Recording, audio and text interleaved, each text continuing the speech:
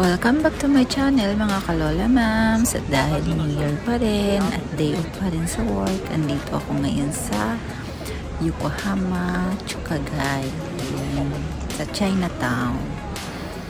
Ayan, gumagawa sila ng shorompo. Tingnan yung apple na ginagawa yan. Tatry natin bumili.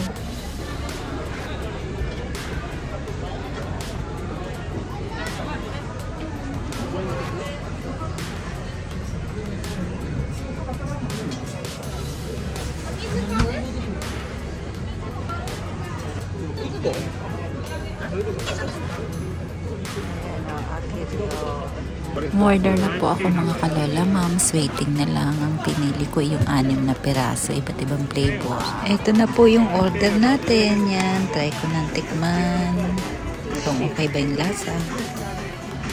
Mga kalola mams, hindi na po namin na video yung pagkain namin ng shorompo dahil po sa dami ng tao. Sa gilid lang po kami kumain. Kaya ayan po, pagkatapos lakad-lakad na ulit. Dahan-dahan lang kasi baka tayo makabangga. Tingnan nyo naman, crowded talaga dahil New Year pa rin dito sa Japan at day off pa rin ng mga tao. Sinusulit nila yung bakasyon.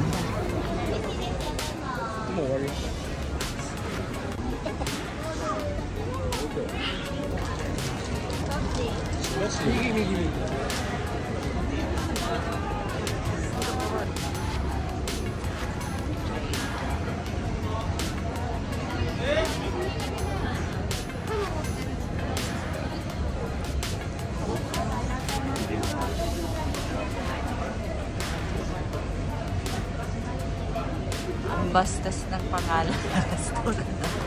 Kiki Restaurant daw.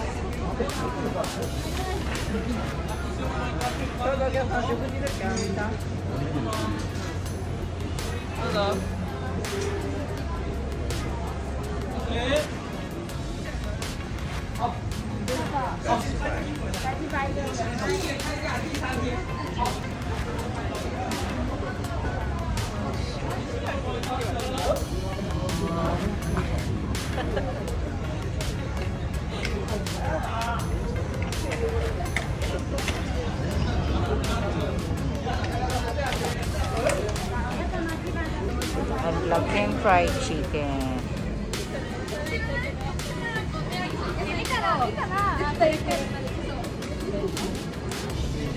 Yokohama, Chinatown.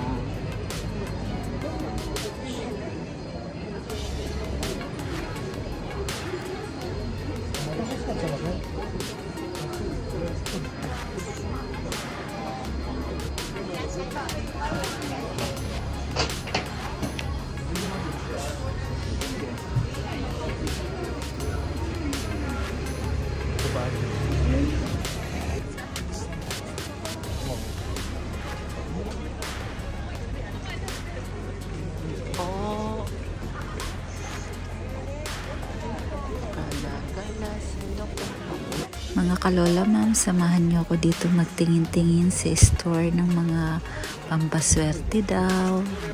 Ngayon New Year, ayan po, ang dami po nilang mga paninda, mga pangpalaki charm. Tara, magtingin tayo.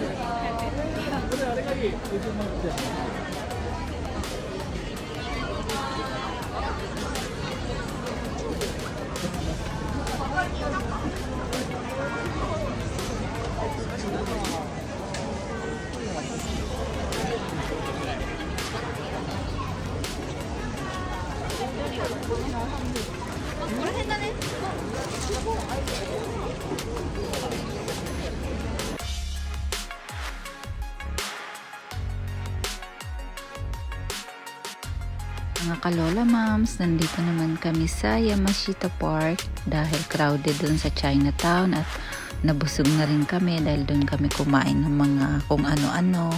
Kaya mag-walking muna kami dito sa Yamashita Park. Lilibutin natin to. Total, hindi naman ganong malamig ngayon. Masarap mag-walking dito sa tabing dagat. Tsaka maganda yung tanawin niya. Tara, samahan niyo ako.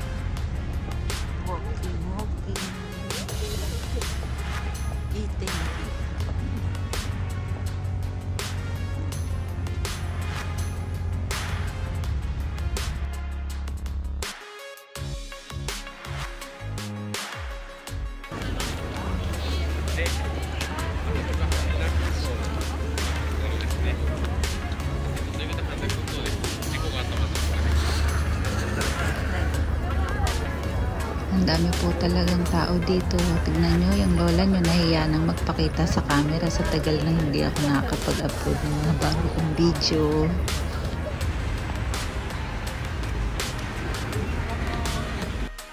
Ang sarap po talaga dito maglakad-lakad dahil ang ganda ng tanawin, nakaka-relax siya. Noong mga nakaraang buwan na galing na kami dito, nakasakay na rin kami ng yung Kanlan. Siya na yan, yung Ferris wheel at saka yung cable car. Kaya ngayon, walking na lang kami, tingin-tingin sa magandang kapaligiran. Ayan po yung paligid ng Yokohama. Yung mga matataas na building na yan. Nakaka-relax pag masdan.